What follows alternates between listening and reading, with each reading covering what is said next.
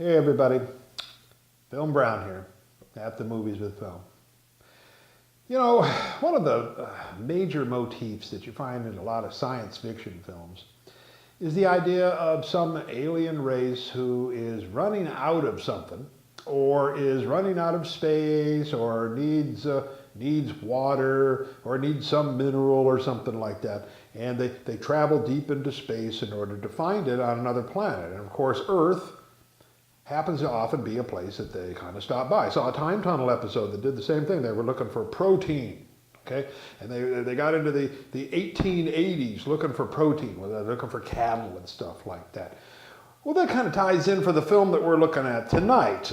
Teenagers from Outer Space, believe it or not, 1959.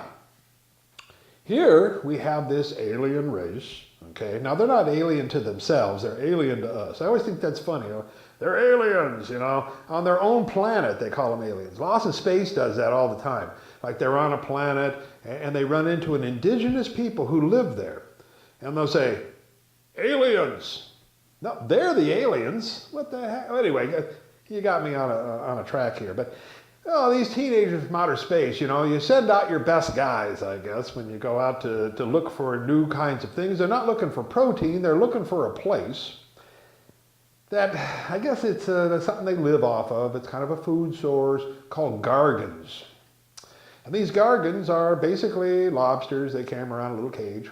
And they're looking for a place that's conducive for these gargans to grow and to prosper. And they can maybe, have cattle droves in a sense, like gargan droves, and have people like push them around on the west and things like that, and come back, let them grow, and then come back and harvest them and then take them back to their planet. And this planet Earth is very conducive to these things. They do grow to monstrous sizes and actually become sort of like cutout silhouettes too later on in the movie. So kind of an interesting transformation. Now these guys who are doing this, they're sort of military guys. They kill a dog at the beginning. They're kind of tough and ready. And one of the guys, this guy named Derek, he's read this book that sort of gets him this idea that, maybe the job that we're doing is not good. Maybe there's this idyllic time that I would like to return to, this idea of families and picnics and hot dogs and Chevrolets and station wagons and stuff like that. And he gets in a fight with this guy named Thor, played by Brian Grant, who's also married to this Ursula Hanson, who you'll see later on in the film. They get kind of an argument. And Thor, he wants to keep to the prime directive. We gotta make these big gargan guys because people are hungry back on our planet. And this other guy, this Derek says, no, I'm the rebel with no cause type of guy. I leave, I go away, and I find, now they shoot this dog at the beginning with this disintegrator gun. Turns into a skeleton, right? So again, they don't have it down totally. If you disintegrate something, it goes away. Not in this case. It's like they become Skeletor type guys is what they become. And also, it leaves behind the dog tags. And Derek picks up the dog tag and he reads it and he thinks like, ooh, ideas here. So he goes off and he runs into this guy at a gas station and he says, can you read the inscription on this thing? And he says, yeah, it's just a couple blocks down the way and the second door there. And leads them, he's taken in by a family. And he learns sort of the ways of middle-class life in America. And he likes it. And he doesn't want to be like Thor and exploit the Earth. He starts to build empathy for Earthlings and things like that. One of the guys he runs into is this Gramps Morgan. Gramps. Anybody named Gramps, you love him. Gramps Morgan is played by Harvey Dunn. Harvey Dunn, hey, now you remember Bride of the Monster. Bride of the Monster, he played a detective type of guy in there, kind of a police guy, and he had a bird. Remember, he had a bird on his shoulder and stuff like that. Well, that's an Ed Wood film. Ed Wood allowed him to keep the bird. They didn't allow him to keep the bird here, but in real life, I don't even know what that means. In real life, like this isn't real life, I'm doing this. He played a clown. And part of his act was having a bird, okay, on his shoulder and stuff like that. But yeah, so kind of interesting. I like the Harvey Dunn character. He really does a nice job playing Gramps. The guy who directed this film, okay, he really, when you think about it, he's a true auteur. Now, an auteur, okay, is a director whose vision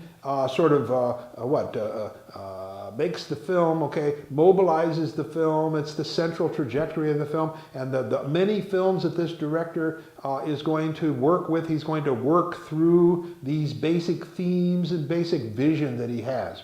Likewise, the auteur is going to be very much in control of every aspect of the film as much as possible in this truly collaborative art. And I was looking through. Tom Grafe directed it.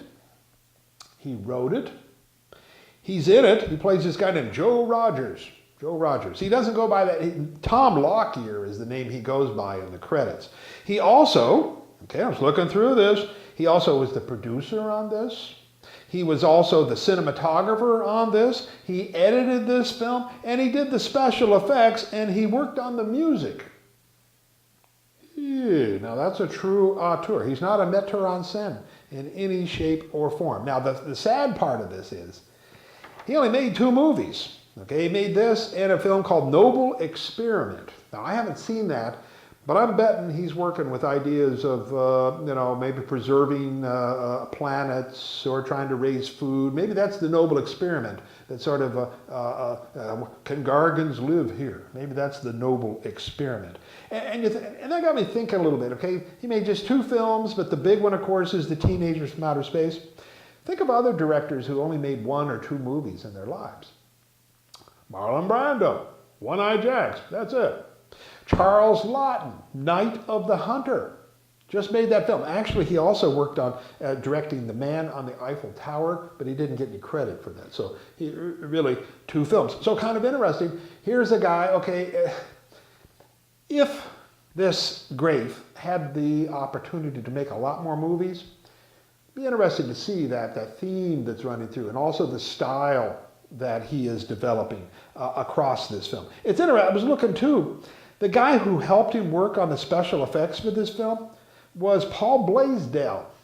Paul Blaisdell. And I was just looking at some of the list of films that Blaisdell did special effects on. And he did did not only Teenagers from Outer Space, but It, The Terror from Beyond Space, Invasion of the Saucer Men, Not of This Earth, It Conquered the World, Day the World Ended, and Beast with a Million Eyes.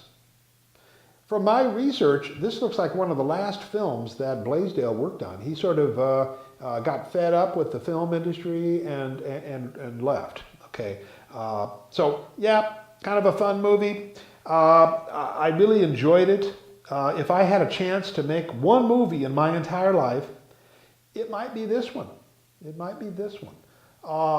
And the idea that given total control, this guy did a wonderful job with it. Well, I'm going to leave you to kind of think about this film, these Gargans. Keep an eye out for them. Think about how the earth could be infested with giant silhouettes of lobsters. Quite frightening, quite frightening. Let's roll them.